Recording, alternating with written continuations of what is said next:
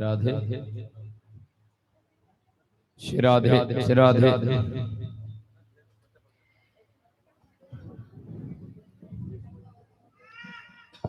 ओम नमो भगवते वासुदेवाय। ओम नमो भगवते वासुदेवाय।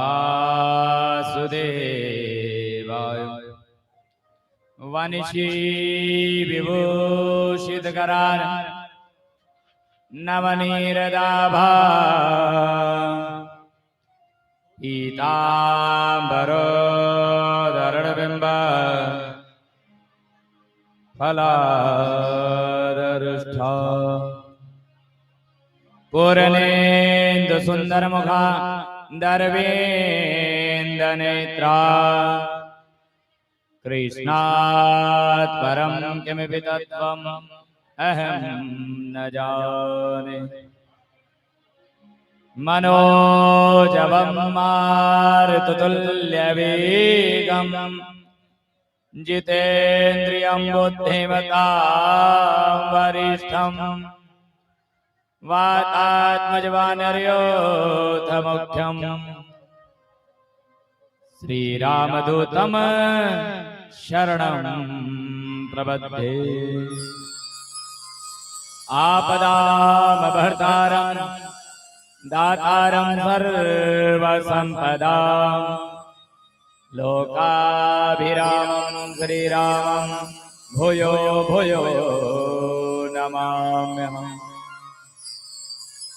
यं प्रव्रजन्तमनुप्रेतं प्रेतकृत्यं द्वैपायनो विरहकातराजुहाव।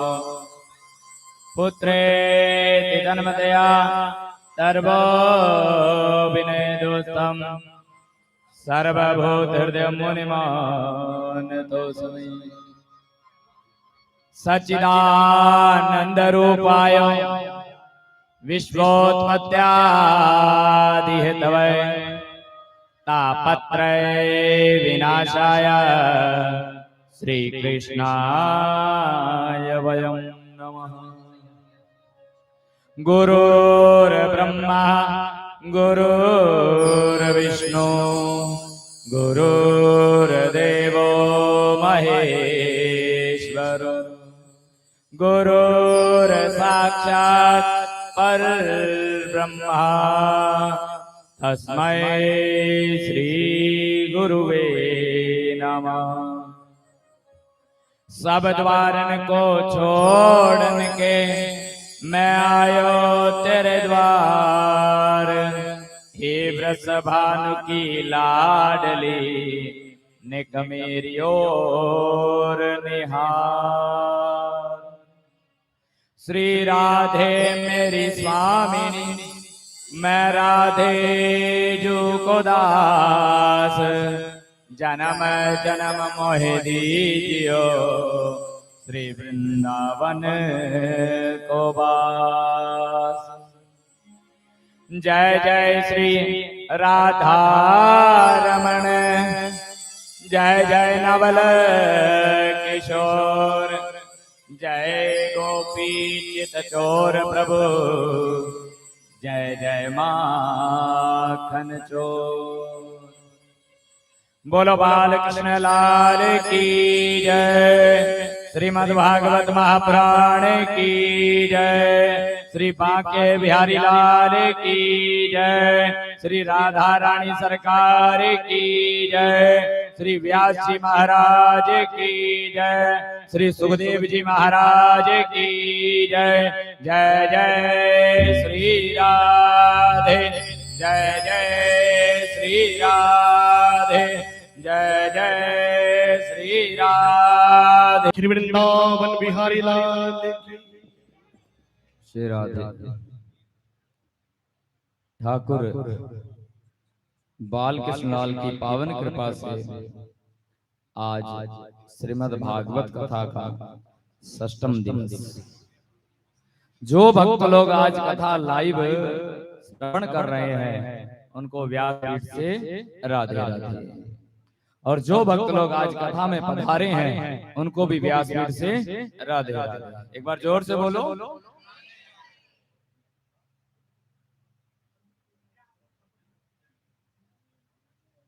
और जोर से। ये भैया जी ने अभी पगड़ी पहनाई ना, पूरा जोर लगाया, तो इतना जोर होना चाहिए। और जोर से, और जोर से। जाने राधे को नाम ले लियो, बांको श्याम ने भलो कर दियो।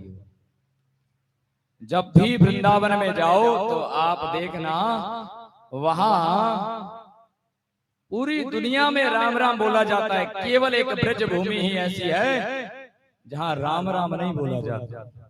वहां रिक्शे वाला भी अगर उसे साइड चाहिए तो वो भी राधे राधे बोलेगा।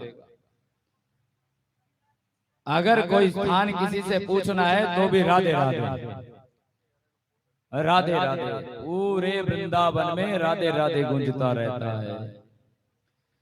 जीव वृंदावन में वो ही जा सकता है जिस पर बांके बिहारी की कृपा नहीं, जिस पर राधा रानी की कृपा होगी वो ही जा सकता है। नहीं तो लोग मथुरा से लौट आते हैं, लोग मथुरा से लौट आते हैं। अभी लगभग 2 वर्ष पहले, एक बार राधे राधे बोलो मैया, जोर से और जोर से। देखिए केवल ये 3 घंटे गोविंद को दे दो, केवल 3 घंटे बस। यहां से लगभग 2 वर्ष पहले एक गुड़िया का एग्जाम था। कहां? आगरा में। उस गुड़िया ने एग्जाम दिया और मेरे पास फोन किया कि पंडित जी आगरा आए हुए हैं, मन कर रहा है वृंदावन जाने का। तो मैंने उनसे कहा कि बेटा ये तो बहुत बड़ा सौभाग्य है आपका कि आप ब्रज भूमि में हो। ब्रज भूमि जो है वो केवल वृंदावन नहीं है, 84 कोस में फैली हुई है। ब्रज भूमि राजस्थान में भी आती है। जब वृंदावन की 84 कोस की परिक्रमा होती है तो 84 कोस में जो जो तीर्थ हैं सब दिखाए जाते हैं, जिसमें राजस्थान में भी तीर्थ हैं। कौन से हैं? कौन से आते हैं? वृंदावन में ब्रज 84 कोस की यात्रा में केदारनाथ भी है, बद्रीनाथ भी है, गंगा मैया भी है, यमुनोत्री भी है, ब्रह्मा जी का मंदिर भी है। देखिए लोग कहते हैं कि ब्रह्मा जी का केवल एक मंदिर है, नहीं, ब्रह्मा जी के 2 मंदिर है, एक नहीं है 2 मंदिर है। ब्रह्मा जी का कौन सा दूसरा? पहला तो हम सभी ये आपके गांव के नजदीक, और दूसरा वृंदावन में। वृंदावन में जो ब्रह्मा जी का मंदिर है वो वहां क्यों है? अभी कल ही कथा श्रवण की थी कि बछड़ा चारण लीला में ब्रह्मा जी ने सब ग्वाल वालों को ब्रह्मलोक में छिपा दिया था। जब ब्रह्मा जी को पता चला कि ये कोई और नहीं, ये तो साक्षात श्रीमन नारायण हैं, तो क्षमा मांगने के लिए ब्रज भूमि में आए हैं। वहां ब्रह्म कुंड आज भी है। जो ब्रह्म कुंड का जल है वो कोई साधारण जल नहीं है, वो ब्रह्मा जी के अश्रु है। उस समय जितने ब्रह्मा जी की आंखों से आंसू निकले थे वो सारे के सारे उस ब्रह्म कुंड में समाये थे। वो ब्रह्म कुंड आज भी है और वहीं ब्रह्मा जी विराजित हैं। ब्रह्मा जी वहां विराजित हुए तो कैसे हुए? गंगा मैया वृंदावन में है तो कैसे हैं? केदारनाथ जी है तो कैसे हैं? एक बार नंद बाबा ने लाला से कहा था, कन्हैया से कहा कि लाला मैंने भगवान से प्रार्थना की थी कि हमारे यहाँ लाला का जन्म होगा तो मैं तीर्थ की यात्रा करूंगा, तीर्थों का दर्शन करूंगा। लाला अब तुम इतने बड़े हो गए हो, मुझे तीर्थों के दर्शन कराकर लाओ। तो कन्हैया क्या कहते हैं कि बाबा आपको कहीं जाने की आवश्यकता नहीं है, आप कहते हो तो मैं सभी तीर्थों का आवाहन यहीं कर देता हूँ, सभी तीर्थों को यहीं बुला देता हूँ। तो जितने भी तीर्थ हैं सबके सब ब्रज भूमि में आए हैं, सबके सब वृंदावन में आए हैं, और वही सब अपने अपने स्थान पर आकर स्थापित हुए जो 84 कोस में फैली हुई है भूमि। वृंदावन की 84 कोस की परिक्रमा में ये सभी स्थान दिखाए जाते हैं। गोवर्धन की परिक्रमा भी लगाई जाती है। तो आज सुखदेव जी कहते हैं कि राजन, वृंदावन में आगरा में जब वो गुड़िया, उस गुड़िया का फोन आया मेरे पास, तो मैंने कहा जाओ। अब आप देखो संयोग क्या बना कि आगरा से मथुरा आ गए, आगरा से मथुरा आ गए। उन दिनों साधन किसी कारणवश नहीं चल रहे थे, कैसे न कैसे वो मथुरा पहुंचे। और इतनी आप मान के चलो आगरा से मथुरा का समय कोई ज्यादा नहीं है, उनको आते आते 5 से 6 घंटे लग गए। और जैसे ही वृंदावन मथुरा आए हैं उनकी गाड़ी का समय हो गया। मथुरा पहुंच करके फोन आया कि पंडित जी मथुरा तो आ गए पर हमारी ट्रेन है, अब हमारे पास समय बहुत कम है, तो क्या किया जाए। मैंने उनको एक बात कही, गाड़ी निकलती है निकल जाने दो, गाड़ी छूटती है छूट जाने दो, पर वृंदावन मत छोड़ो, वृंदावन एक बार जरूर जाके आओ। पर हमारी बात उन्होंने नहीं मानी और मथुरा से लौट आए। क्यों? क्योंकि जब तक स्वयं गोविंद नहीं, जब तक स्वयं राधा रानी कृपा नहीं करती, जीव वृंदावन जा ही नहीं सकता। और यहाँ आकर के फिर अफसोस करे तो क्या तात्पर्य है। इसलिए जीव वही वृंदावन जा सकता है जिस पर स्वयं किशोरी जी कृपा करती हैं। तो आइए, कल जहां कथा छोड़ी थी, एक बार जोर से बोलो भाई जी के बात है। आने 56 भोग खुआयो को नहीं के काल, किस किस को नहीं मिला? सबको मिला, थोड़ो मिले हो नहीं?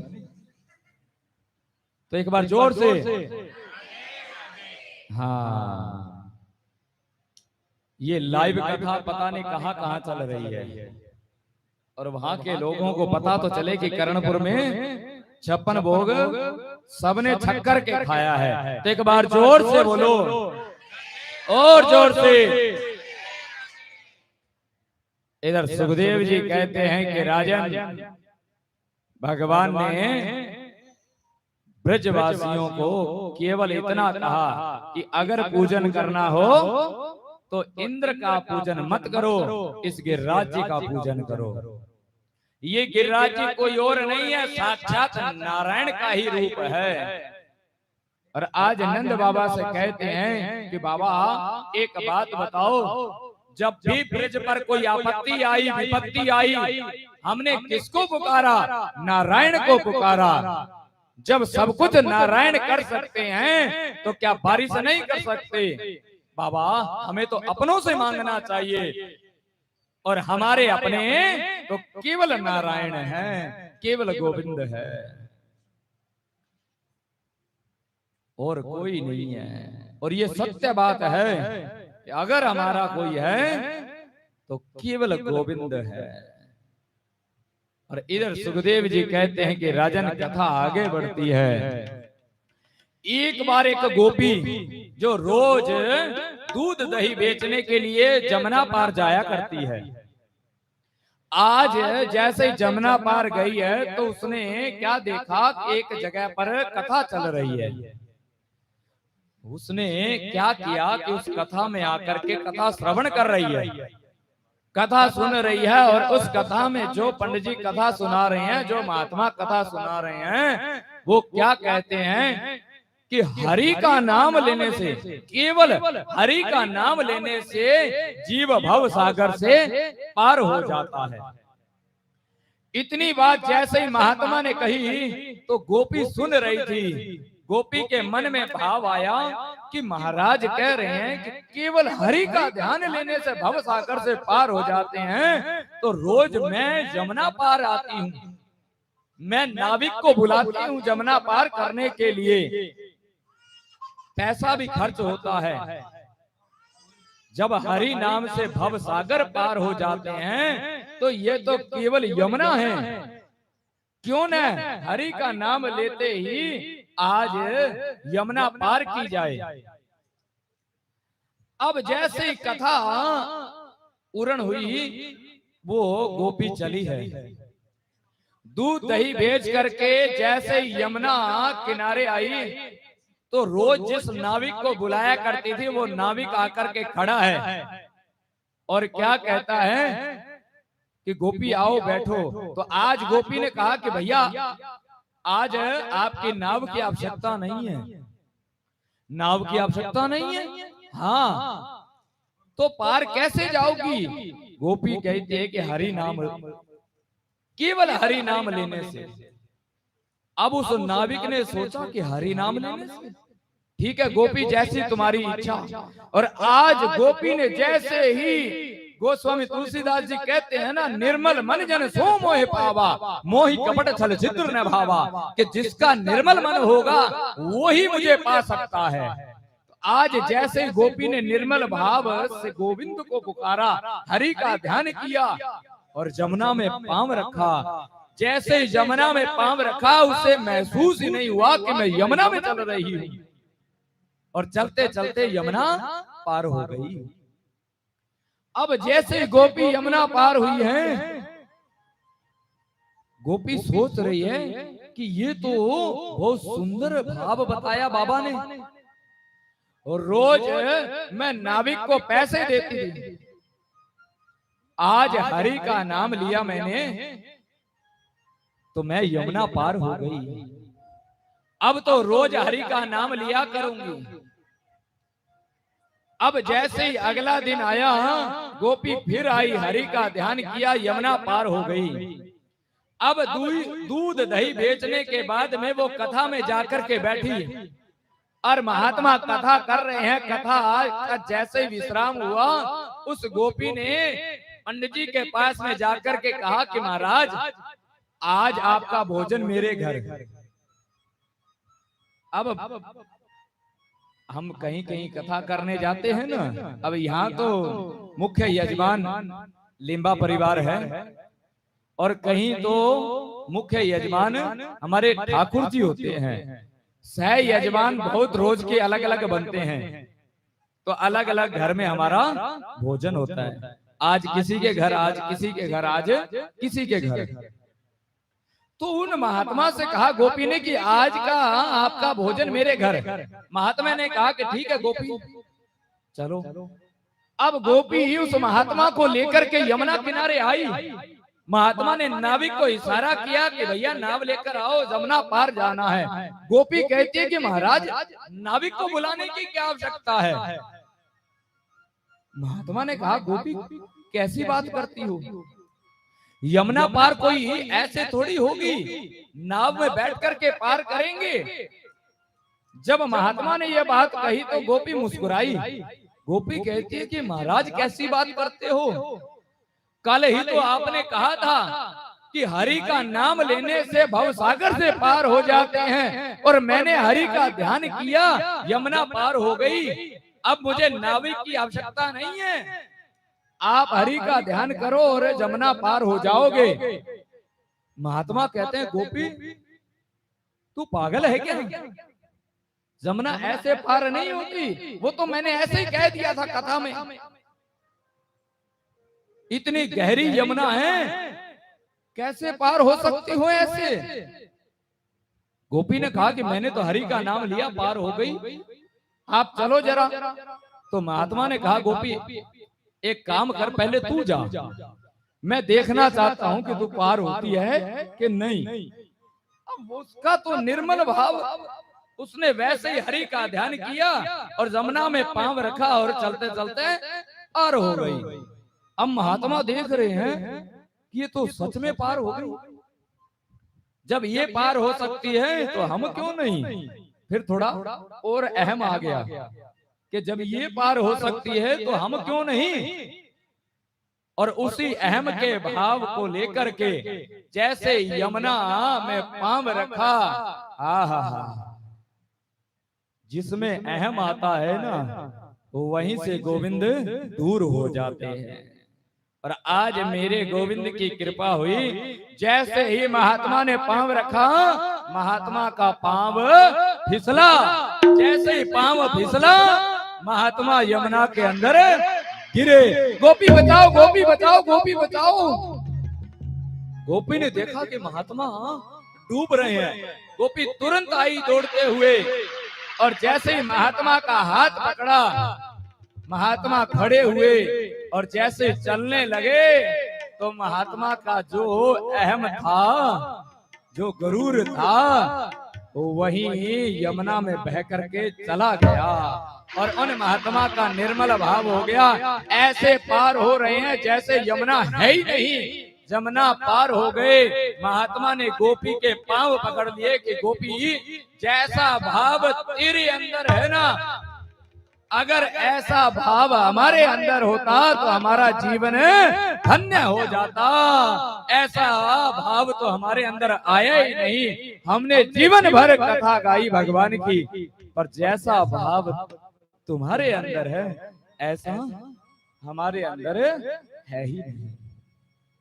तो गोस्वामी तुलसीदास जी ऐसे ही नहीं कहते हैं, कुछ तो सोच समझकर लिखा है रामायण। रामायण कौन कौन पढ़ते हैं? कौन कौन रामायण देखते हैं? जय हो। देखते सभी हैं। राम कथा की महिमा बताऊं छोटी सी।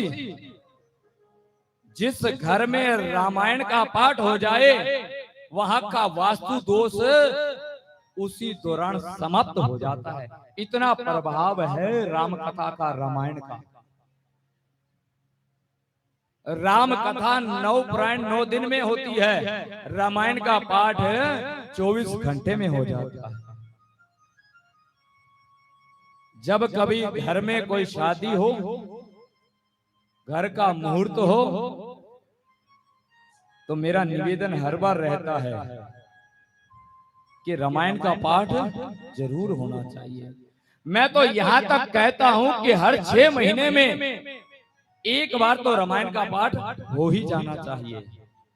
जहां रामायण की कथा हो, जहां भागवत हो, वहां कोई सुने या ना सुने, लेकिन एक जना सुनने जरूर आता है। एक जना तो हर वक्त वहां रहता है। जब तक राम कथा, जब तक कृष्ण कथा चल रही है, जब तक भागवत चल रही है, तब तक वो एक जना सुनने जरूर आता है। वो कोई और नहीं है। राम जी ने कहा था उस भोले भाव वाले भक्त से कि अगर मुझे जीवन में अति प्रिय है तो वो मेरा भक्त केवल हनुमान जी है। और वही हनुमान जी को वरदान है कि जहाँ गोविंद की कथा होगी, जहाँ राम की कथा होगी, वहाँ चाहे कोई आए चाहे ना आए, हनुमान जी महाराज जरूर आते हैं। तो इधर सुखदेव जी कहते हैं कि कथा आगे बढ़ती है। सुखदेव जी कहते हैं कि राजन, नंद बाबा रोज प्रातः काल यमुना में स्नान करने के लिए जाते हैं। आज क्या हुआ कि रात को नंद बाबा की आंख खुल गई 2 बजे। 2 बजे नंद बाबा की आंख खुली है। नंद बाबा को ये लगा कि प्रातः समय होने वाला है और उठ करके यमुना स्नान के लिए चल पड़े। जैसे ही यमुना में स्नान कर रहे हैं तो जमुना में स्नान करते करते नंद बाबा को आज किसने पकड़ा है? दैत्य ने पकड़ा। दो दैत्य वहां खड़े हैं, रात के 2 बजे का समय है। दोनों ने नंद बाबा को पकड़ा, रस्सी से बांधा और वरुण लोक में ले गए। नंद बाबा को वरुण लोक में ले गए। अब जैसे प्रातः काल का समय हुआ, सभी ब्रजवासी उठे। इधर नंद रानी ने देखा कि अभी महाराज आए नहीं। कन्हैया से कहा कि लाला तेरे बाबा आए नहीं, यमुना स्नान करने गए हुए हैं।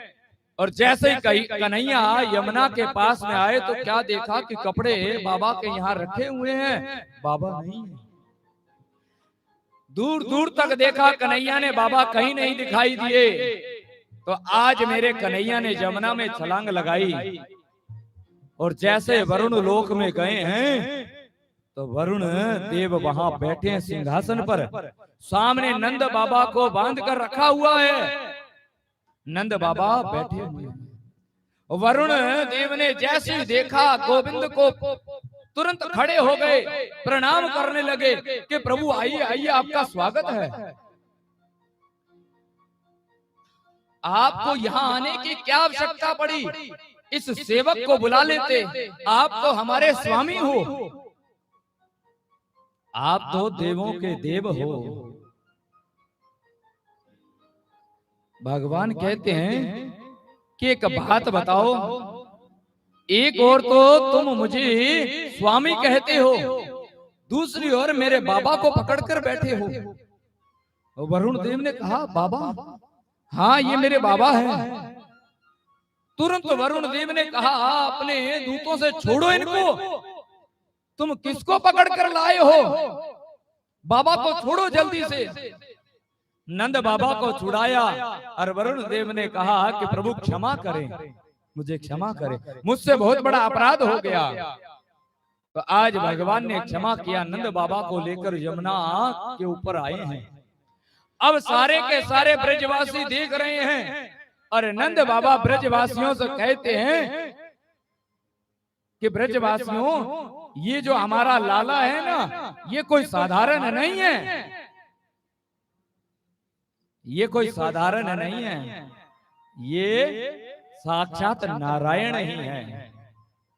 ब्रजवासियों ने कहा कि ये नारायण है। हाँ, मैंने अपनी आंखों से देखा, स्वयं वरुण देव अपने सिंहासन से खड़े हो गए और इनको प्रणाम कर रहे हैं, इनको स्वामी कहा जा रहा है। ये कोई साधारण लाला नहीं है, ये साक्षात श्रीमन नारायण है। अब सभी ब्रजवासियों ने कहा कि ये भगवान है। तो सभी ब्रजवासियों ने प्रणाम किया। अब ये चर्चा कौन सुन रहा था? भगवान के सखा सुन रहे हैं। भगवान के सखाओं ने कन्हैया से कहा, क्यों रे कन्हैया, तू भगवान है? भगवान ने कहा कि ना ना, मैं तो कन्हैया हूं। अरे नहीं नहीं, आजकल भगवान गिरी का धंधा बहुत चल रहा है, तैने भी चालू कर दिया लगता है। तू भगवान है? तेरे बाबा कह रहे थे मारो छोरो तो भगवान है, तू भगवान है? अगर तू भगवान है तो हमें तेरा बैकुंठ दिखा जरा, हम तेरा बैकुंठ देखना चाहते हैं। तो कन्हैया कहते हैं अपने सखाओं से कि जो सुख, जो आनंद तुम्हें वृंदावन में मिल रहा है वो वैकुंठ में नहीं मिलेगा। कोई बात नहीं है, मुझे हमें वैकुंठ लेकर के चलो। जब सारे ब्रजवासी ही सखा नहीं माने तो आज भगवान ने क्या किया कि ठीक है चलो फिर तुम्हें वैकुंठ दिखाते हैं। और आज गरुड़ को बुलाया। देखिए गरुड़ सवारी है श्रीमन नारायण की, और आज गरुड़ पर बैठे हैं गोविंद। जब 84 कोस की परिक्रमा होती है तो गरुड़ गोविंद भगवान का मंदिर बना हुआ है। भगवान गरुड़ पर बैठे हैं गोविंद। बड़ी सुंदर छवि है, वो सुंदर झांकी है, कभी जाओ तो जरूर देखना। मैं तो हर बार कहता हूं कि गोविंद की इतनी कृपा है हमारे ऊपर, इतनी कृपा है कि साल में 2 से 3 बार वृंदावन बुला ही लेते हैं। राधा रानी इतनी कृपा करती है कि 2 से 3 बार तो जा ही आते हैं। एक बार जोर से बोलो, और जोर से। भगवान सब सखाओं को लेकर के आज वैकुंठ पधारे हैं। अब जैसे ही वैकुंठ आए हैं सब सखा, वैकुंठ में कोई शोर शराबा नहीं करता, वैकुंठ इतना शांत है। देवता लोग सब लाइन में लगे हुए हैं। सब सखा जो है ना, ये ब्रजवासी होते हैं ना, थोड़े उत्पाती होते हैं और बोलते भी बहुत हैं, बहुत बड़बड़ाते रहते हैं। तो अब वैकुंठ में देखा श्री दामा जो भगवान का सखा है, क्या कहता है मधुमंगल से कि मधुमंगल यहाँ इतनी शांति क्यों है? सभी देवता लोग चुप करके खड़े हैं। देखिए वो ब्रह्मा जी भी यहाँ बैठे हैं। तो इतने में मधुमंगल ने कहा, अरे देख देख देख, कन्हैया लेटा हुआ है, कन्हैया लेटा हुआ है। मधुमंगल ने कहा कि कन्हैया लेटा हुआ है। श्रीदामा क्या कहता है कि मधुमंगल, कन्हैया तो लेटा दिखाई दे रहा है और इसके तो 4 हाथ हैं, जाके तो 4 हाथ हैं, हमारे कन्हैया के तो 2 ही हैं। तो मधुमंगल क्या कहता है कि श्रीदामा, मुझे लग रहा है कि इसने अपने 2 हाथ लकड़ी के लगा लिए हैं, 2 हाथ लकड़ी के लगा लिए हैं। बड़ा आज भगवान बना बैठा है। तो इतने में श्री दामा क्या कहता है कि देख देख देख, इसके हाथ में तो चक्कर घूम रहा है, मेरा मन कर रहा है कि मैं जाकर के चक्कर को लेकर के आऊं। इतने में भगवान के पार्षद आते हैं, क्या कहते हैं, अरे चुप हो जाओ, क्यों शोर मचा रहे हो, चुपचाप खड़े रहो। तो मधुमंगल कहते हैं कि ये हमारा कन्हैया है। पार्षद कहते हैं भगवान के, ये कोई कन्हैया बनैया नहीं है, ये श्रीमन नारायण है। सभी सखाओं ने कहा कि नारायण है? हाँ, ये नारायण है। जब सखाओं को कहा कि ये कन्हैया नहीं है, तो सब सखा मन ही मन कहते हैं कि गोविंद, जहां तू नहीं, जहां तू नहीं, वहां हम रह करके क्या करेंगे? हमें तुम्हारा वैकुंठ नहीं चाहिए, हमें तो वृंदावन ही ले चलो, हम तुम्हारे वैकुंठ में नहीं रहना चाहते। देखिए वैकुंठ और वृंदावन में कोई ज्यादा अंतर नहीं है।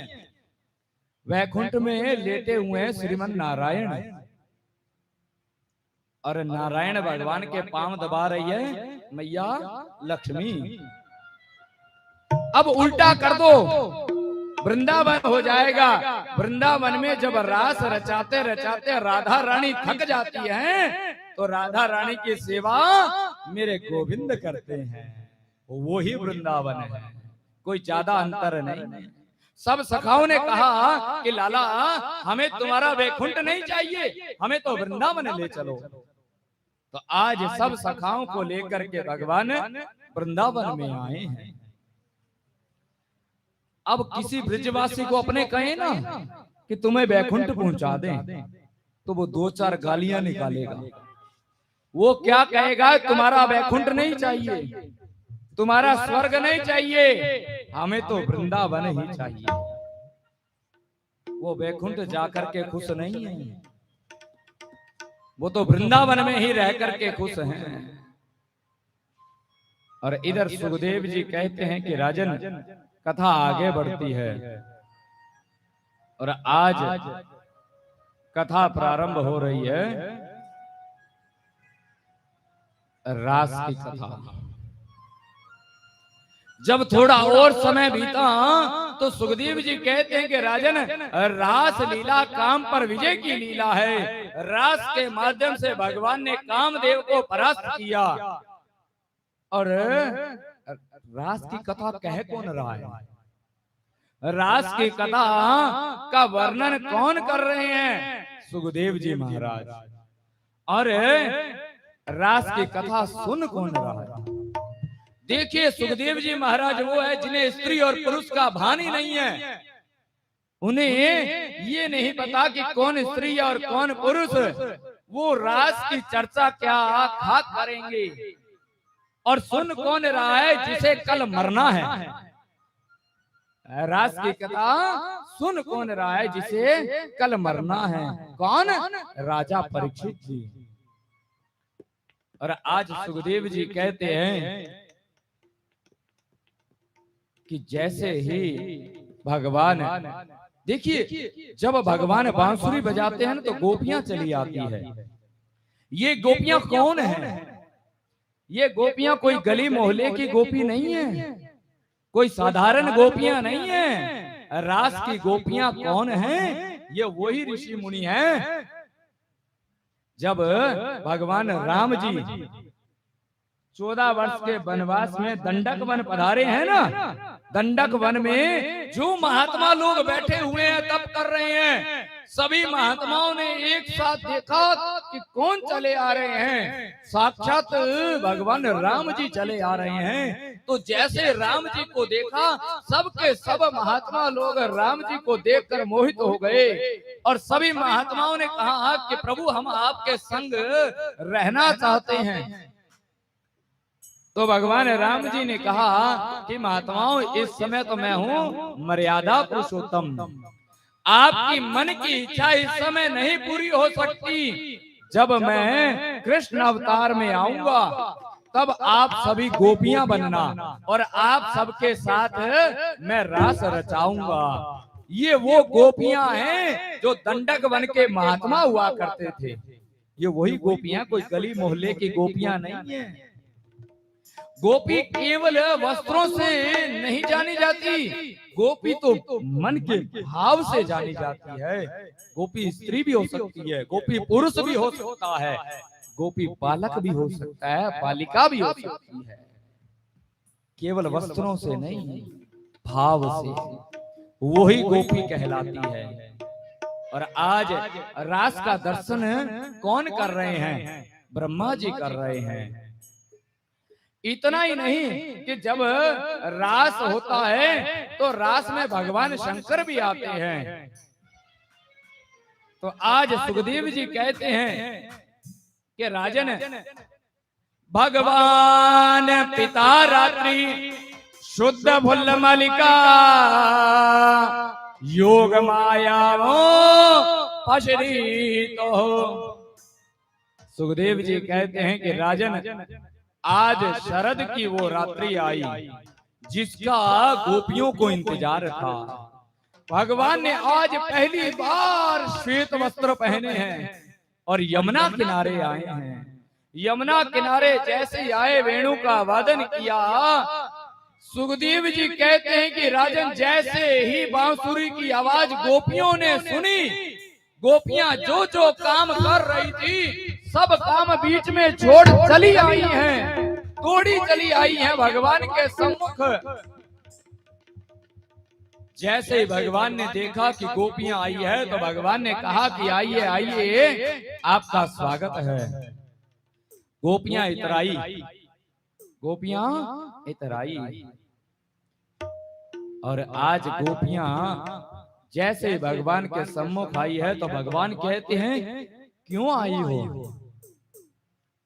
इतनी रात को क्यों आई हो? गोपियां कहती हैं, लो कल्यो बात, पहले बुलाते हैं और फिर कहते हैं क्यों आई हो? भगवान ने कहा मैंने बुलाया? हाँ। भगवान ने कहा मैंने तो नहीं बुलाया। तो एक गोपी कहती है कि प्रभु, ये जो है ना हमारी सोत बांसुरी, ये हमारी सोत है। जब आप इसका वादन करते हो तो जैसे ही इसकी आवाज हमारे कानों में आती है, हम जो जो काम कर रही होती है सब छोड़ चली आती हैं। और आप कहते हो क्यों आई हो? भगवान कहते हैं कि चली जाओ। भगवान ने कहा गोपियों लौट जाओ। तो गोपी क्या कहती है कि अब हम जाएंगे नहीं। एक गोपी क्या कहती है, मायावयम विभूषति बबाम गरितम न संचन सदसी विश्याम।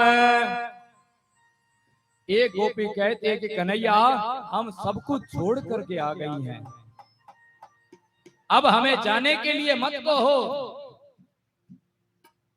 एक बात कहें कन्हैया, मैं आंगन लीप रही थी, जैसे तुम्हारे बांसुरी की आवाज सुनी बीच में ही छोड़ चली आई। ये देखो मेरे हाथ में गोबर लगा है, आओ जरा पास में तुम्हारे गाल पर लगाऊं। तुम कहते हो चली जाओ। एक गोपी क्या कहती है कि कन्हैया अपने लाला को दूध पिला रही थी, जैसे ही तुम्हारी बांसुरी की आवाज सुनी अपने लाला को छोड़ करके चली आई हूं। तुम कहते हो चली जाओ। एक गोपी क्या कहती है कि कन्हैया एक बात बताओ, अपने पति को मैं खाना खिला रही थी, जैसे रोटी देने जा रही थी तुम्हारी बांसुरी की आवाज सुनी बीच में ही छोड़ चली आई। ये देखो मेरे हाथ में रोटी है, लो आओ जरा खिलाऊं। कहते हो चली जाओ, हम जाने वाले नहीं हैं। भगवान कहते हैं कि गोपियों कोई लाभ नहीं है, चले जाओ। गोपियां कहती है हम नहीं जाएंगे। भगवान कहते हैं कि उठाकर छोड़ आएंगे। गोपियां कहती है कोई लाभ नहीं है।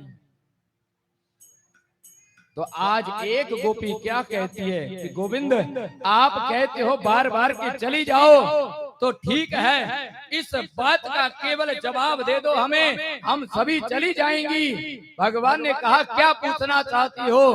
तो एक गोपी क्या कहती है कि गोविंद एक पतिव्रता स्त्री जिसका नित्य नियम था कि वो रोज पहले अपने पति की आरती उतारती और फिर भोजन करती, रोज अपने पति की आरती उतारती और फिर भोजन करती, रोज उसका नित्य नियम था। एक समय ऐसा आया संयोग वश से कि उसके पति को कहीं बाहर जाना पड़ा।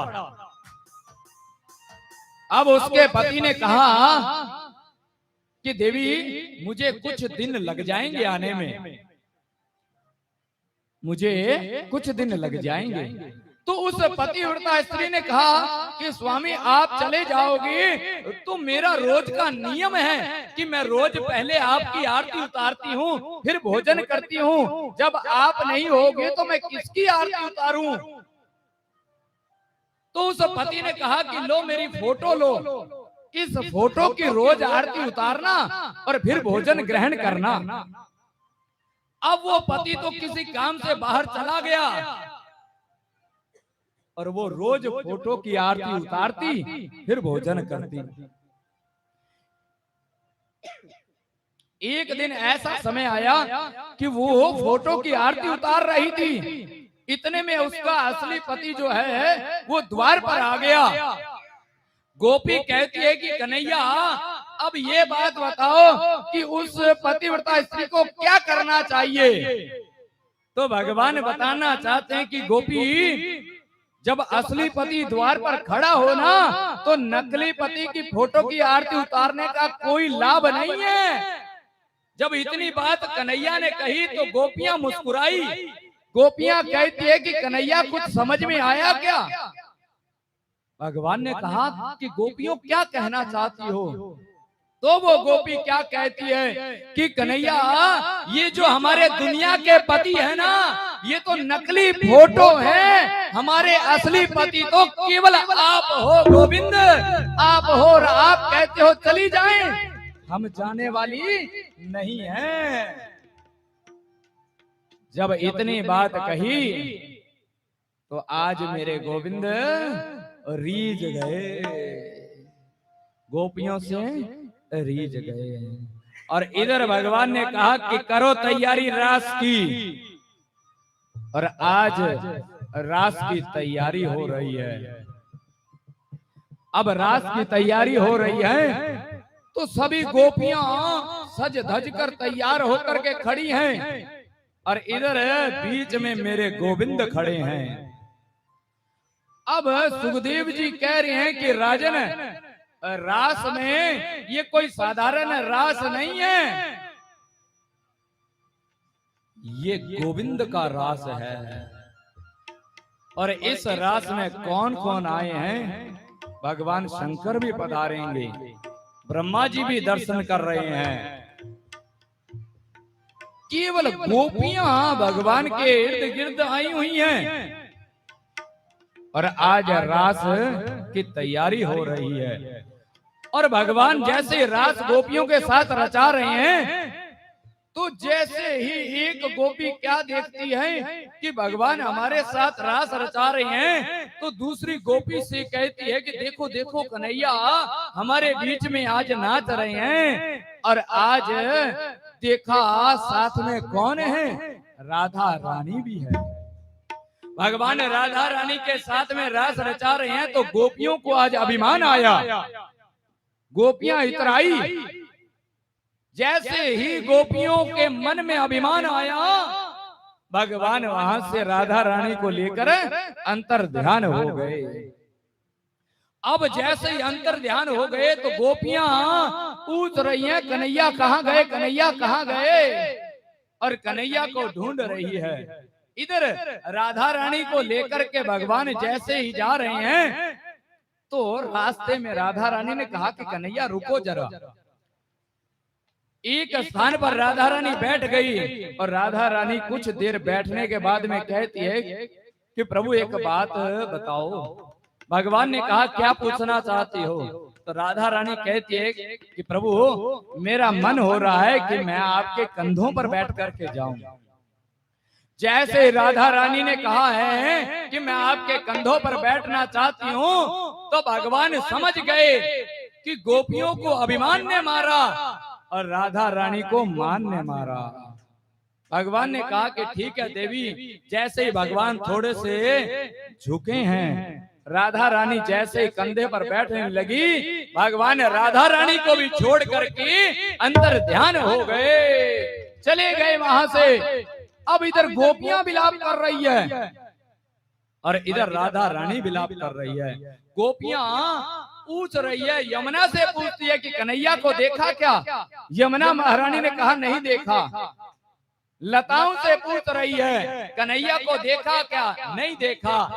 तुलसी से पूछ रही है कि देवी कन्हैया को देखा क्या? तो तुलसी मैया ने भी कहा कि नहीं देखा। और आज गोपियां रोते रोते याद आया कि भगवान कैसे मिलते हैं। एक बार भगवान बैठे हुए हैं और नारद जी पधारे हैं। नारद जी ने पूछा कि प्रभु आप मिलोगे कैसे? आपका पता क्या है? जब भगवान से नारद जी ने पूछा तो भगवान क्या कहते हैं नारद से कि नारद नोट कर लो कि मैं कहाँ मिलता हूँ। नारद जी ने कहा कि प्रभु बैकुंठ में मिलते हो? नहीं। किसी के हृदय में मिलते हो? नहीं। तो कहाँ रहते हो?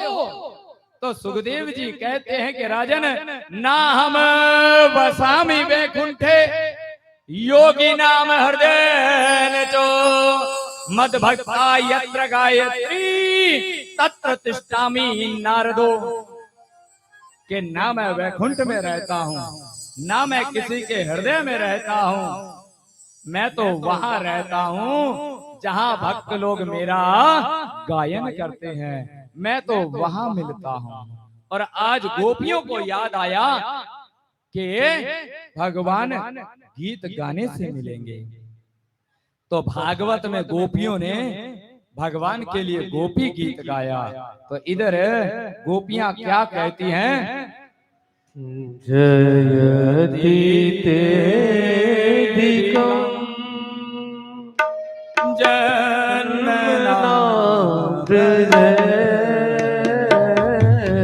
श्रयत इंद्रा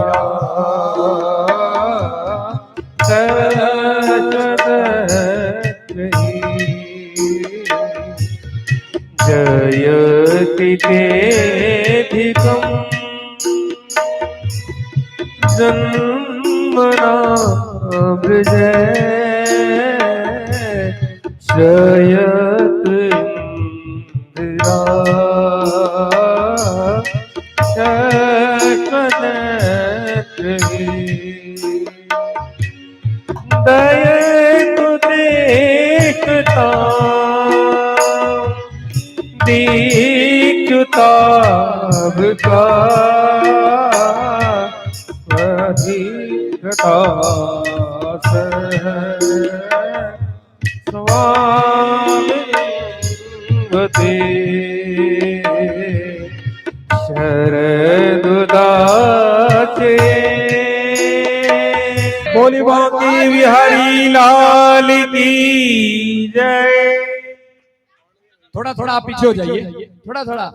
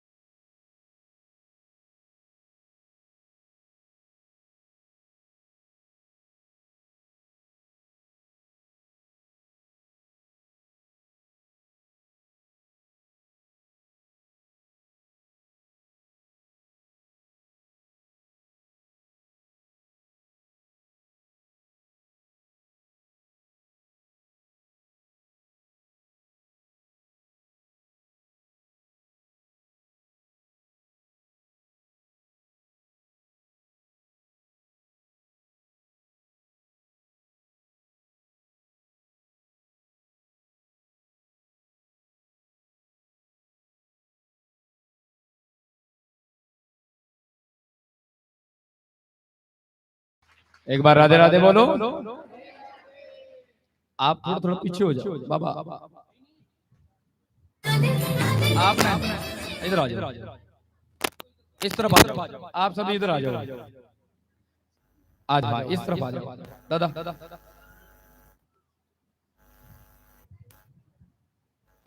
एक बार जोर से बोलो, और जोर से।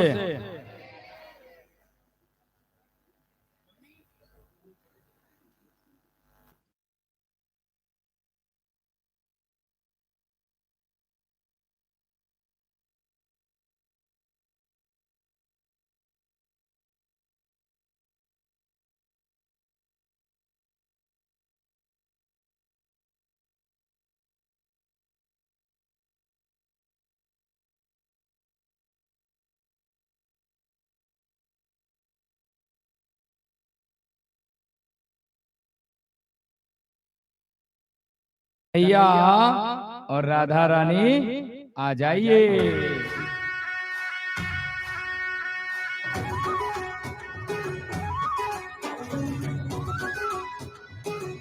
गोपियां भी आइए। कहाँ है गोपियां?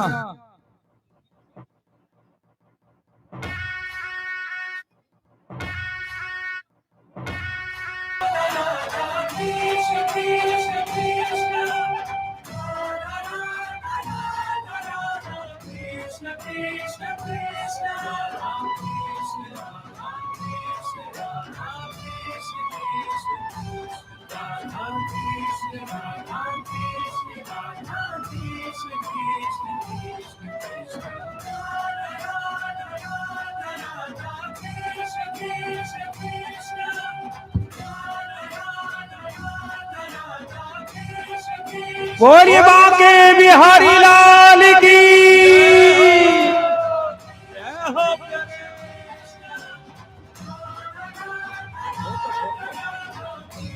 जोरदार तालियों से जय हो प्यारे।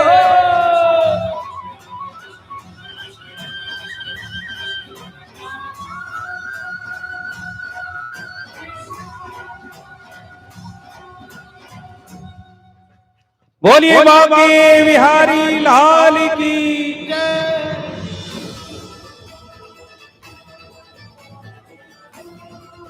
पाने को ही प्रेम करे, जग की है मेरी प्रेम अर्थ समझाएगी राधा कृष्णा की। राधा कृष्ण सोमवार से शनिवार रात 9 बजे स्टार भारत और हॉटस्टार पर। एक बार राधे राधे बोलो। बोले बांके बिहारी लाल। बहुत ही सुंदर झांकी दिखाई। जोरदार तालियों से स्वागत करें इनका।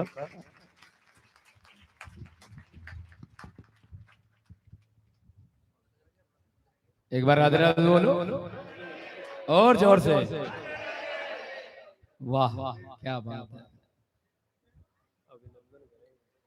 बड़ी सुंदर झांकी भगवान कृष्ण और राधा रानी की। अब महारास रचाया गया। एक बार जोर से बोलो। तो आज सुखदेव जी कहते हैं कि राजन कथा आगे बढ़ती है। सुखदेव जी कहते हैं कि नारद जी महाराज आज पधारे हैं। कहाँ पधारे हैं? कंस के पास पधारे। और भगवान को ब्रज में रहते हुए आज 11 वर्ष हो चुके हैं। नारद जी जैसे ही कंस के पास पधारे हैं तो नारद जी ने कहा कि कंस तुमको पता नहीं है देवकी का 8वां गर्भ कृष्ण है और 7वां बलराम है। जब ये बात कही तो कंस बौखला गया। कंस कहता है कि मार दो देवकी को, मार दो वसुदेव को। तो आज जैसे ही कंस ने कहा, नारद जी ने कहा कंस क्या करने जा रहे हो? अगर देवकी और वसुदेव को मार दोगे तो कृष्ण और बलराम भाग जाएंगे, तुम्हारे पास नहीं आएंगे। तो कंस ने कहा कि क्या किया जाए? तो नारद जी ने कहा कि तुम एक यज्ञ का आयोजन करो और उस यज्ञ में कृष्ण और बलराम को भी बुलाओ। तो अब यज्ञ का आयोजन किया गया। अब कंस ढूंढ रहा है ऐसे व्यक्ति को। कंस ये सोच रहा है कि कोई ऐसा व्यक्ति हो जो हमारी तरफ का भी हो और उनकी तरफ का भी हो। ऐसा व्यक्ति कंस के पास कौन है? अक्रूर जी महाराज है। अक्रूर जी महाराज जो है वो भगवान के काका भी लगते हैं। आज कंस ने अक्रूर जी को बुलाया और कहा कि नंद बाबा को लेकर के आओ, यज्ञ का आयोजन किया जा रहा है और साथ में कृष्ण और बलराम को भी लेकर आना। अब अक्रूर जी चले हैं। अक्रूर जी ये सोच रहे हैं कि आज मेरा जीवन धन्य हो जाएगा, क्योंकि आज मुझे दर्शन होंगे गोविंद के। आज अक्रूर जी चले आए हैं, नंद बाबा के पास पहुंचे। नंद बाबा ने स्वागत किया, पूछा कैसे आना हुआ। तो अक्रूर जी ने कहा कि कंस कर रहा है एक यज्ञ, उसमें आपको बुलाया है और साथ में कृष्ण और बलदाऊ को भी बुलाया है। इतनी बात जैसे ही नंद रानी ने सुनी, नंद रानी ने कहा कि स्वामी आपने अगर जाना है तो आप चले जाइए, मैं कृष्ण और बलराम को नहीं भेजूंगी। अगर आपने जाना है तो आप चले जाइए। नंद बाबा ने कहा कि देवी क्यों रोकती हो, जाने दो ना, जाएगा और आ जाएगा। नंद रानी कहना चाहती है कि स्वामी मुझे पता है कि कृष्ण गया फिर आने वाला नहीं है। अब कन्हैया को जैसे पता चला, कन्हैया कहते हैं कि मैया मुझे रोक मत, मुझे जाने दे। नंद रानी कहती है लाला मुझे पता है मैं अच्छी मां नहीं हूं। रोते रोते नंद रानी कहती है कि कन्हैया मैं अच्छी मां नहीं हूं ना, मैंने एक समय तुम्हें उखल से बांध दिया था, है ना, मुझे छोड़कर जाना चाहता है। मैं अच्छी मां नहीं हूं। मैं एक बार क्रोध में आकर छड़ी लेकर तेरे पीछे भागी थी, मैं अच्छी मां नहीं हूं, मुझे छोड़कर जाना चाहता है कन्हैया, मत जा। आज जय नंद रानी रो रही है। सब ग्वाल वालों को पता चला, सब गोपियां आई है, सब गोपियां विलाप कर रही है कि कन्हैया जा रहे हैं। राधा रानी को पता चला, राधा रानी भी आई है। सबके सब ब्रजवासी आज रो रहे हैं। भगवान कहते हैं कि मैया चिंता मत करो, मैं आऊंगा। नंद रानी कहती है कन्हैया मुझे पता है तू नहीं आएगा, तू नहीं आएगा, मैया जाने दे, मैं आऊंगा, मुझे जाने दे। और आज अक्रूर जी महाराज के साथ में कन्हैया रथ पर बैठे हैं, नंद बाबा भी साथ में हैं, कुछ भगवान के सखा हैं श्री दामा मधुसूदन। क्या कहते हैं कि कन्हैया हम तुम्हारे साथ जाना चाहते हैं। एक बार राधे राधे बोलो। मैया इधर आ जाओ, पीछे आ जाओ, इधर पीछे चले जाओ, चले जाओ, अंदर चले जाओ। और आज भगवान रथ पर बैठे हैं, रथ पर बैठ करके जा रहे हैं। सब गोपियां विलाप कर रही हैं। राधा रानी का जो मिलन भगवान के साथ है वो यहीं तक है, इसके बाद में राधा रानी से भगवान मिले नहीं है। राधा रानी को छोड़ करके भगवान चले गए हैं। अब जैसे यमुना आई है तो अक्रूर जी महाराज कहते हैं कृष्ण से कि लाला अगर तुम कहते हो तो मेरा मन कर रहा है यमुना में स्नान करने का, मैं स्नान करना चाहता हूं। तो भगवान कहते हैं कि काका करो आप स्नान। अब जैसे ही अक्रूर जी महाराज यमुना में छलांग लगाई स्नान करने के लिए, जैसे यमुना के अंदर डुबकी लगाई है, अंदर जैसे गए क्या देखते हैं कि अंदर तो श्रीमन नारायण खड़े हैं, स्वयं गोविंद खड़े हैं। अक्रूर जी महाराज समझ गए कि जो अंदर है वो ही बाहर है, जो बाहर है वो कोई और नहीं है, वो साक्षात श्रीमन नारायण है। मेरा जीवन आज सफल हो गया, मुझे दर्शन श्रीमन नारायण के हो गए। अक्रूर जी महाराज तुरंत यमुना से बाहर आए, रथ पर बैठे हैं और आज मथुरा में पधारे हैं भगवान। अब जैसे ही मथुरा में आए हैं, कंस को पता चला तो कंस ने है मन का मोहन तू दिलदार है, काली कमली वाला मेरा यार है।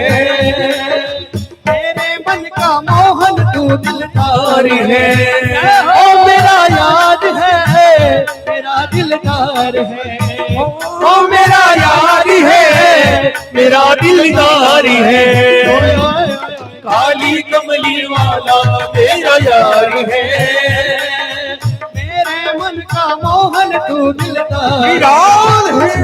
काली कमली वाला मेरा यार है, मेरे मन का मोहन तू दिलदार है। श्री राम है जय हो।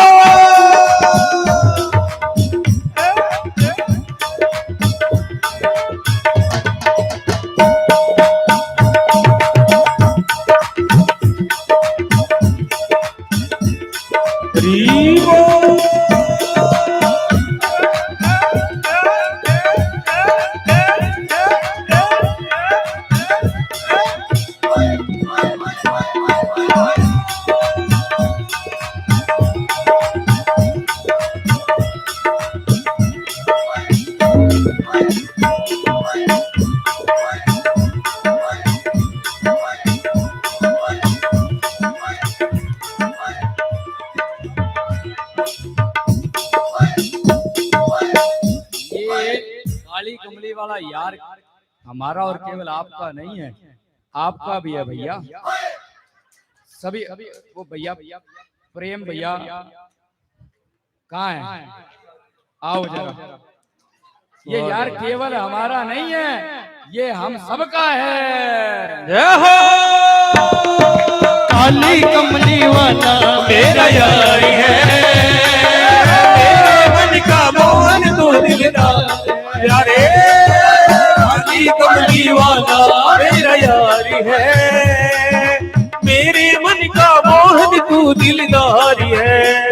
ओ मेरा यार है, मेरा दिलदार है, ओ मेरा यार है, मेरा दिलदार है। ओए ओए ओए काली कमली वाला मेरा यार है, मेरे मन का मोहन तू दिलदार है। श्री राम है।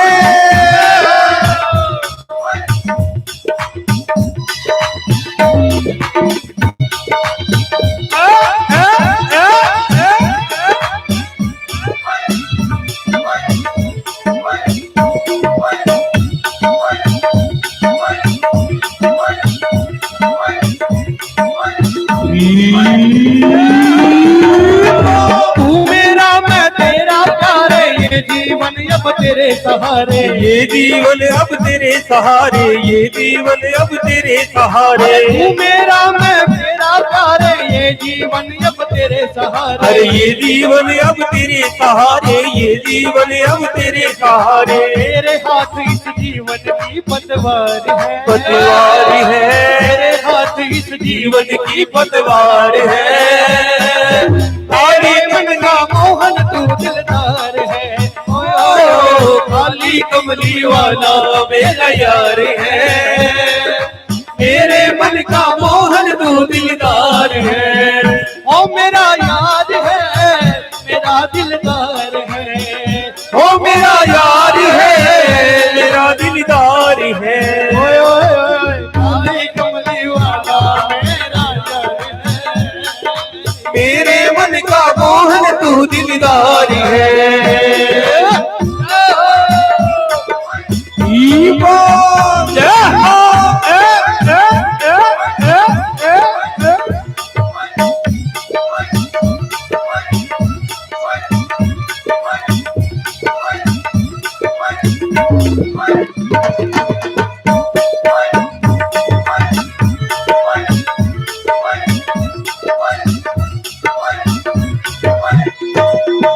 पागल प्रीत की एक ही आशा, दर्दे दिल दर्शन का प्यासा। अरे दर्दे दिल दर्शन का प्यासा, दर्दे दिल दर्शन का प्यासा। अरे पागल प्रीत की एक ही आशा, दर्दे दिल दर्शन का प्यासा। ओ दर्दे दिल दर्शन का प्यासा, दर्दे दिल दर्शन का प्यासा।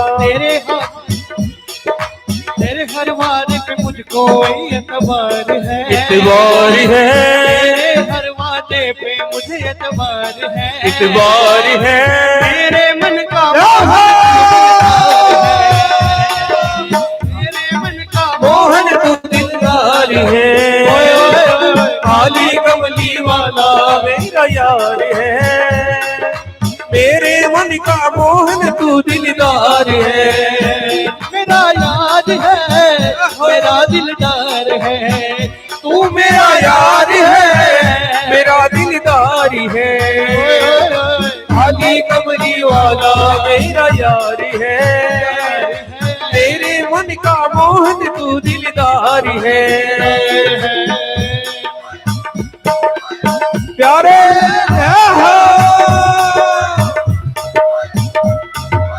श्री राम है।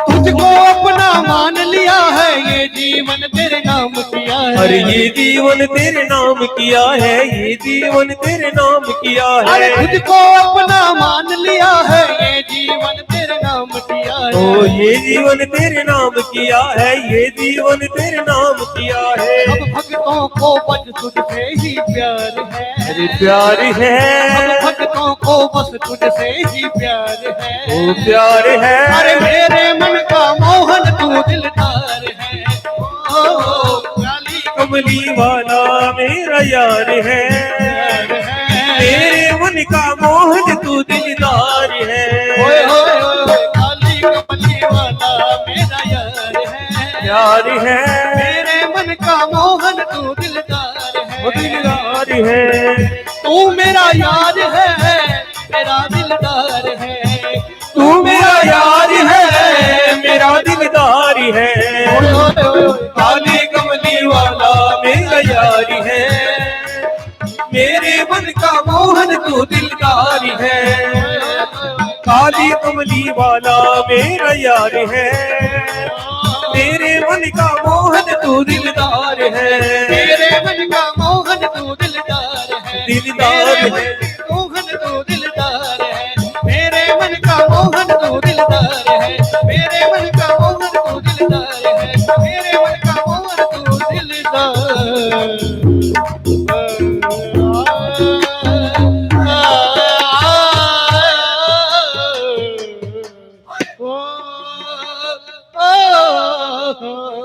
और श्री वृंदावन बिहारी लाल की जय। एक बार राधे राधे बोलो। और आज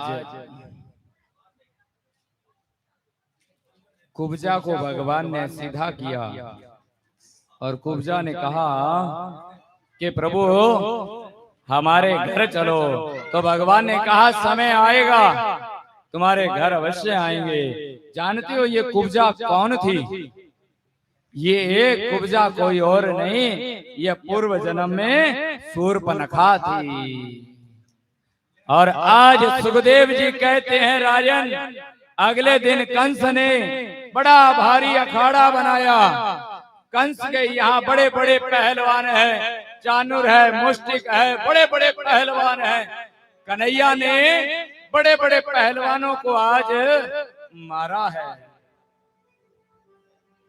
अब कन्हैया बोले दादा, हमारे गोविंद है ना, दादा किसको कहते? बलदाऊ भैया को दादा कहते हैं। आज कन्हैया कहते हैं कि दादा ऊपर बैठा है मामा, तू जाए कि मैं जाऊं? तो बलदाऊ भैया कहते हैं कि कन्हैया तू ही जा। तो आज मेरे गोविंद ने, भगवान ने छलांग लगाई, मामा पाए लागू। मैं आ गया। कंस के हाथ में तलवार थी, भगवान ने एक प्रहार किया, तलवार हाथ से छूटी और आज भगवान कंस की छाती पर जाकर बैठ गए। भगवान ने कंस के केश को पकड़ा है। केश को पकड़कर भगवान कहते हैं कि याद कर कंस, तूने मेरी माँ के केस पकड़े थे, उस समय मैं नहीं था। अगर उस समय होता तो तुम्हें यमलोक पहुंचा देता। भगवान के नेत्र लाल हो रहे हैं। आज गोविंद भगवान क्रोध में दिखाई दे रहे हैं। इतना क्रोध भगवान को आया कि आज भगवान ने कंस को उठाया, उठा करके नीचे फेंका। जैसे ही कंस नीचे आकर के गिरा, गिरते ही कंस का गोविंदाय नमो नमः भगवान ने किया। और आज भगवान ने कंस का वध किया। अब भगवान ने क्या किया, अपने नाना उग्रसेन को गद्दी पर बैठाया।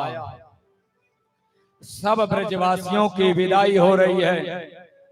कहा नंद बाबा से कि बाबा आप चलिए, मैं शीघ्र लौट कर आऊंगा।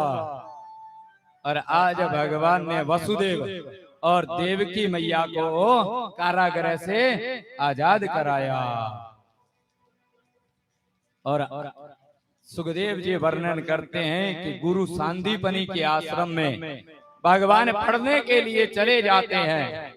बहुत कम समय में अध्ययन करके जब लौट रहे हैं तो गुरु माँ ने कहा कि मेरे 100 पुत्रों को वापस लेकर के आओ, गुरु दक्षिणा में अगर देना चाहते हो तो ये दो। तो भगवान ने गुरु के मरे 100 पुत्रों को जीवन प्रदान किया। और इधर कहते हैं सुखदेव जी कि कंस के जो ससुर है जरासंध ने 17 बार मथुरा पर आक्रमण किया और भगवान ने 17 बार जरासंध को परास्त कर दिया। अब 18वीं बार जरासंध ने क्या किया कि ब्राह्मणों को बुलाया और ब्राह्मणों को बुला करके कहा कि आप सभी अनुष्ठान करो, यज्ञ करो। अगर इस बार जीत गए तो सब ब्राह्मणों को माला माल कर देंगे और अगर हार गए तो सब ब्राह्मणों को सूली पर टांग देंगे। इतनी बात जरासंध ने कही तो सब ब्राह्मण सोच में पड़ गए। सभी ब्राह्मण गोविंद के सम्मुख आए हैं और सारा दृष्टांत बताया। तो भगवान कहने लगे कि हम तो फिर भी जीत जाएंगे, अगर इस बार जीत गए तो सब ब्राह्मणों को सूली पर टांग दिया जाएगा। इधर जरासंध सेना को लेकर आक्रमण के लिए चला है, मथुरा पर आक्रमण किया, युद्ध हो रहा है। और आज भगवान युद्ध करते करते रन छोड़कर चले गए। इधर सुखदेव जी कहते हैं कि भगवान का एक नाम और पड़ा, क्या नाम? रणछोड़ भगवान। बोलिए रणछोड़ भगवान की जय। अब भगवान ने क्या किया कि विश्वकर्मा को आदेश दे दिया पहले ही कि जाओ समुद्र के बीचों बीच द्वारिका का निर्माण करो। और इधर भगवान ने रातों रात सारे यदुवंशियों को मथुरा से द्वारिका भेज दिया और फिर रणभूमि छोड़कर चले गए। अब सुखदेव जी वर्णन कर रहे हैं। सुखदेव जी कहते हैं कि राजन वो समय आया जिसका इंतजार हर किसी को है। सुखदेव जी मुस्कुरा रहे हैं। राजा परीक्षित कहते हैं कि महाराज आप मुस्कुरा रहे हो तो इसका मतलब है कोई खुशी की बात है।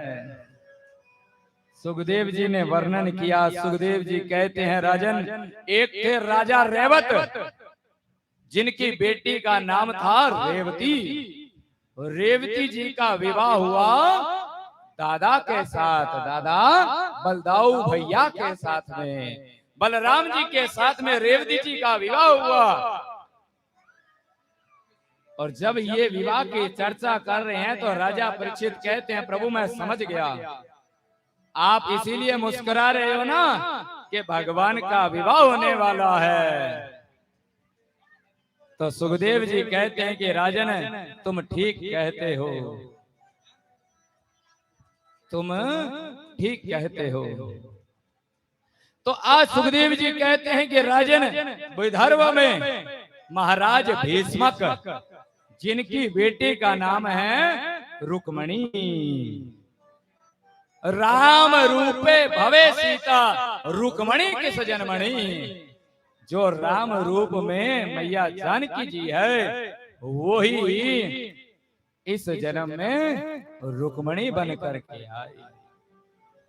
आज रुक्मणी मैया मन ही मन मेरे गोविंद को चाहती हैं, और क्या चाहती हैं कि मेरा विवाह हो तो द्वारकाधीश के साथ में हो। और इधर महाराज भीष्मक भी चाहते हैं कि बेटी का विवाह द्वारकाधीश के साथ में कर दिया जाए।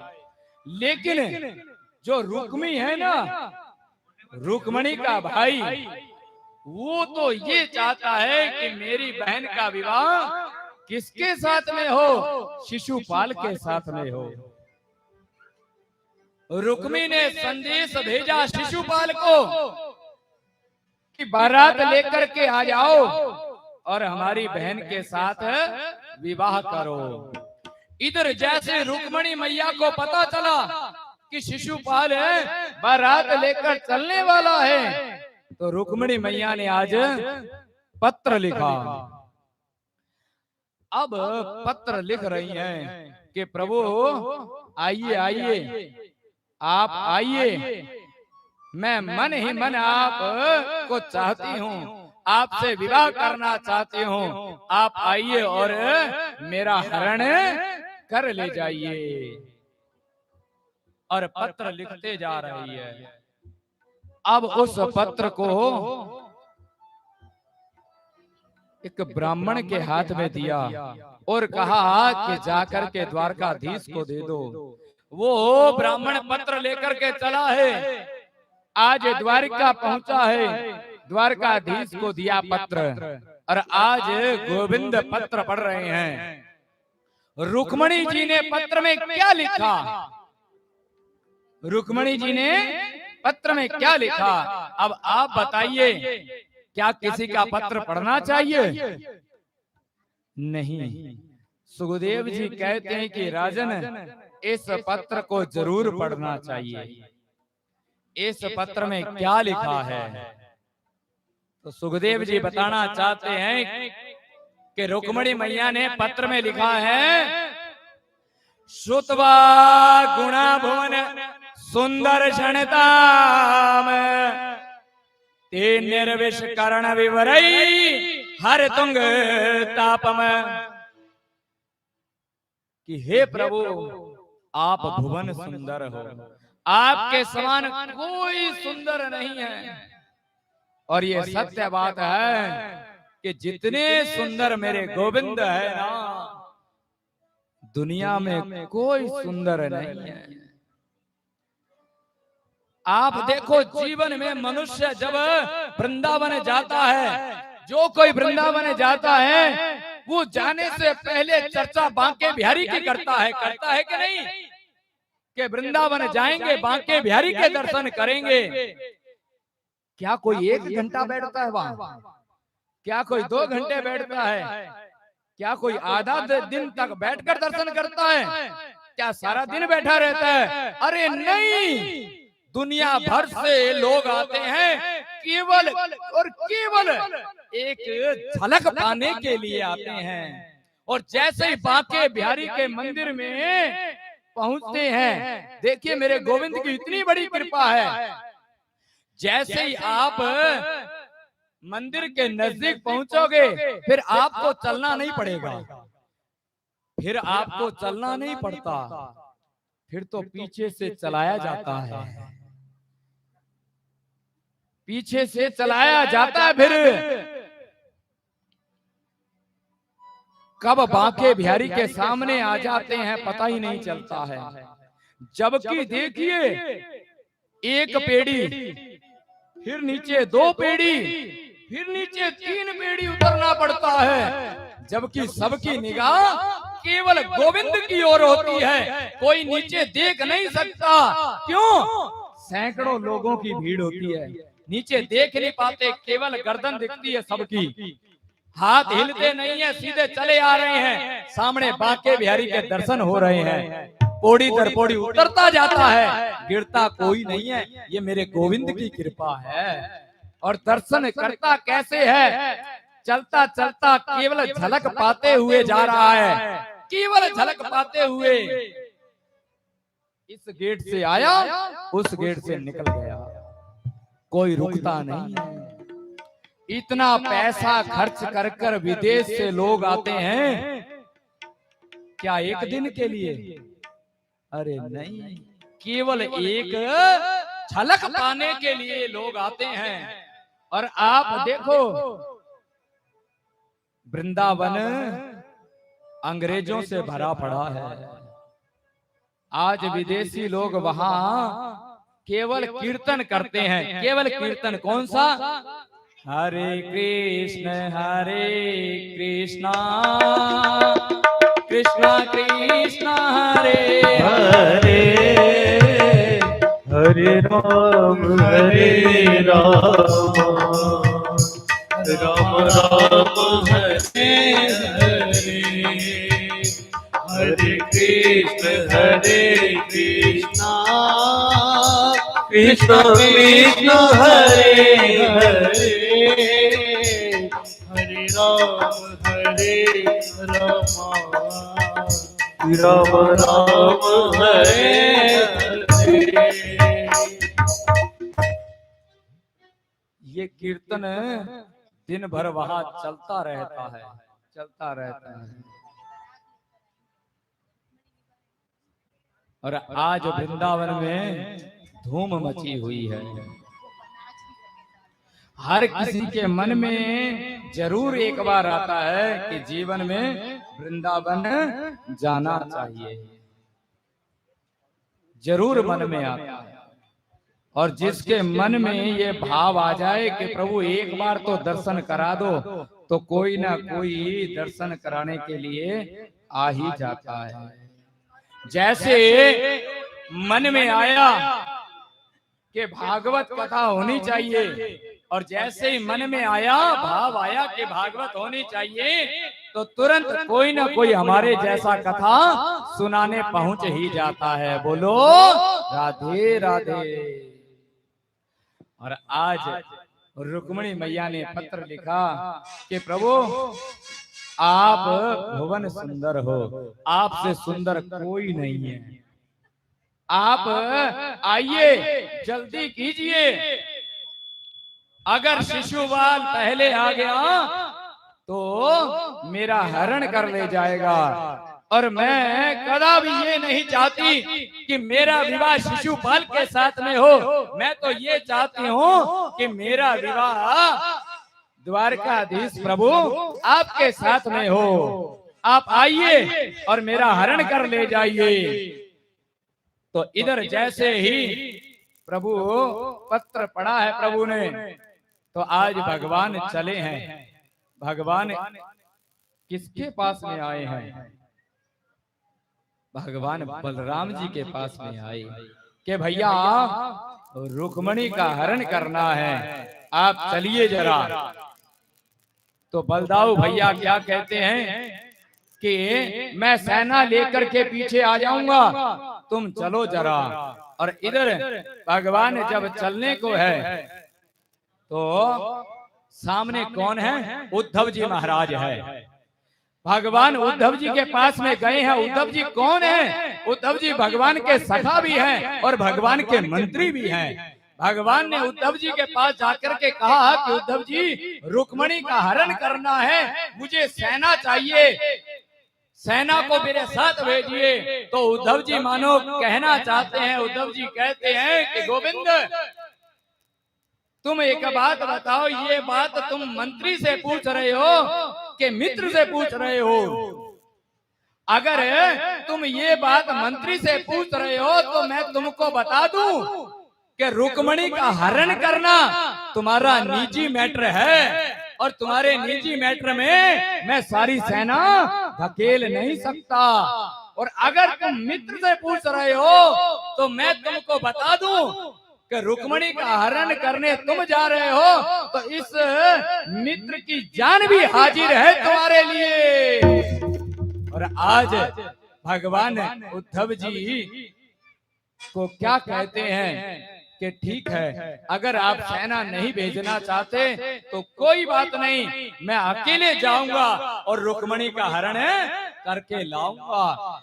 इधर रुक्मणी जैसे ही चलने लगी है, कहा जब पत्र में लिख रही है तो भगवान पूछ रहे हैं कि देवी आपका हरण करने के लिए मैं आऊं तो कहाँ आऊं, आप कहाँ मिलोगी? तो रुक्मणी मैया ने लिखा कि प्रभु मैं मिलूंगी आपको कुलदेवी के मंदिर में, वहां पूजा करने के लिए आऊंगी, आप वहीं आइए और मेरा हरण कर ले जाइए। तो इधर रुक्मणी मैया कुलदेवी के मंदिर में आई हैं, गौरी मैया की पूजा की है। पूजा करने के बाद रुक्मणी मैया कभी इधर देख रही है, कभी इधर देख रही है, पर गोविंद दिखाई नहीं दिए। रुक्मणी मैया मानो मन ही मन कहती है कि प्रभु आइए, देरी मत कीजिए, जरा सी देरी हो गई तो शिशुपाल आ जाएगा और हमारा विवाह उसके साथ में कर दिया जाएगा, देरी मत करिए, आइए जरा आइए। सारी सेना खड़ी है।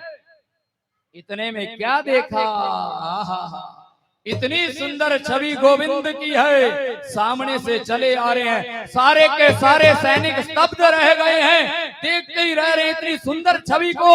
और भगवान रुक्मणी मैया के पास में आए हैं, रुक्मणी मैया का हाथ पकड़ा, सारे के सारे सैनिक कुछ बोलते नहीं है, केवल देख रहे हैं, हाथ पकड़ा और रुक्मणी मैया को लेके जा रहे हैं, रथ पर बिठाया है और रुक्मणी मैया का हरण कर लिया।